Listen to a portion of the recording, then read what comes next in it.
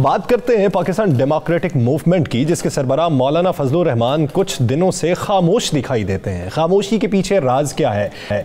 क्या वो मुलाकात है जो शहबाज शरीफ साहब से हुई है और अभी खामोशी में ही सारे काम करने हैं, किसी की नज़र से बच के ये काम करने हैं, या फिर खुलम खुला अगर कोई बात करनी है, किसी तहरीक का आगाज़ करना है, किसी से मुशावरत करनी है या फिर राबते करने हैं, तो उसके लिए मंजर आम पे आना ज़रूरी है। तो मंजर आम पे आएंगे कब? इसके लिए क्या तदबीर सोच रखी है?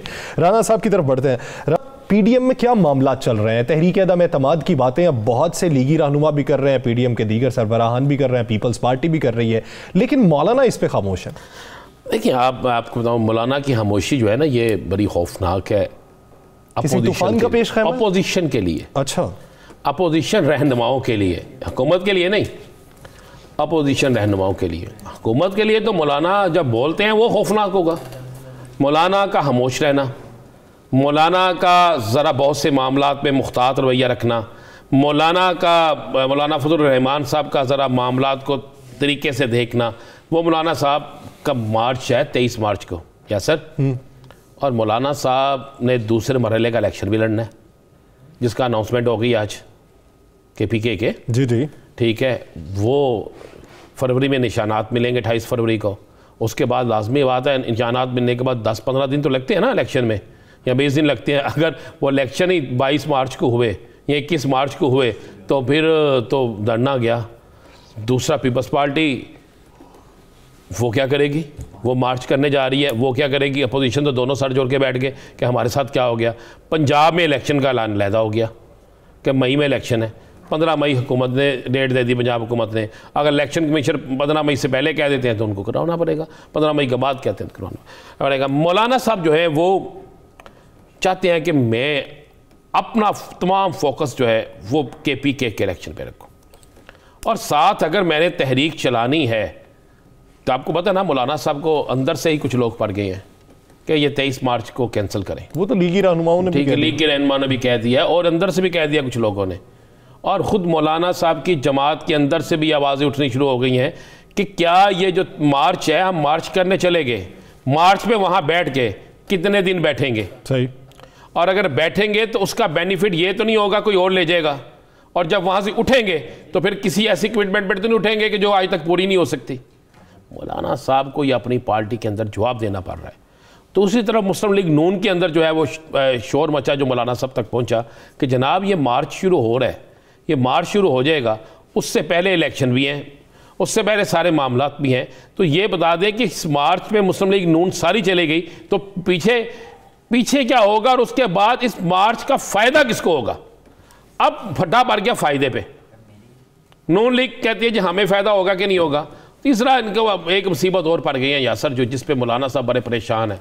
मौलाना साहब को ये इतला मिली है कि ये जो बिलावल भुट्टो जरदारी साहब एक मार्च करने जा रहे हैं, उन्हें इतला ये मिली है कि ये मार्च जो है बाकायदा प्लानिंग के तहत करवाया जा रहा है।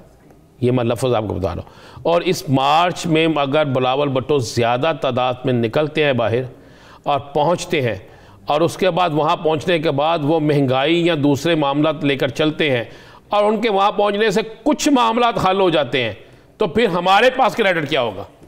उनको ये है कि मौलाना फजलुर रहमान से पहले ये क्रेडिट जो है उनको ये प्लानिंग लगती किसकी है जी? उनको ये प्लानिंग लगती किसकी? वो कहते हैं प्लानिंग उनकी है जिनका वो नाम ले नहीं सकते, वो तो डालते उन पे डालते हैं जिनका वो नाम ले नहीं सकते। अच्छा। तो मुस्लिम लीग नून भी उन्हें कह रही है जनाब यहाँ तो पीपल्स पार्टी को ये करने दें, और जब पीपल्स पार्टी कर ले तो उसके बाद हम देखें हमें क्या करना है, और इसको इसी तरह चलने दें। लेकिन मौलाना साहब मज़ीद ना वो कहते हैं एक तो मैंने 23 मार्च से आगे पीछे नहीं होना।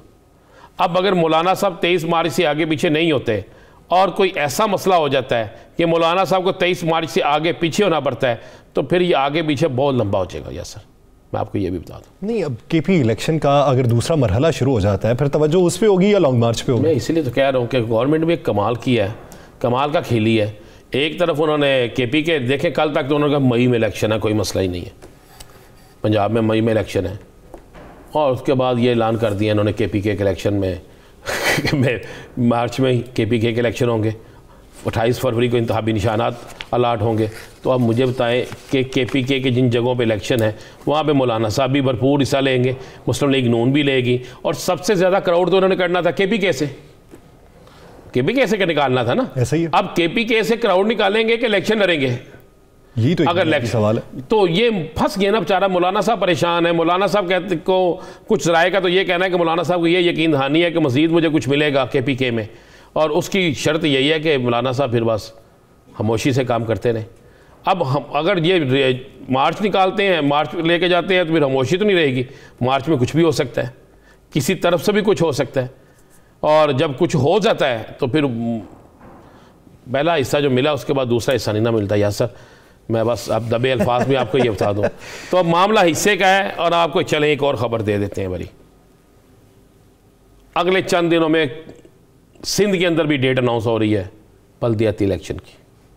अच्छा, जब सिंध में भी तारीख अनाउंस हो जाती है, पंजाब में हो गई, KPK में आ गई दूसरे मरहले का, तो फिर सियासत तो सारी चलेगी बल्दियाती इलेक्शन में। और जब सियासत बल्दियाती इलेक्शन में चले गई तो फिर किधर गया इनका मार्च? आने वाले दिनों में मार्चेस नजर नहीं आ रहे, मुझे मार्च नजर नहीं आ रहे, मुझे इलेक्शन कैंपेन नजर आ रही है।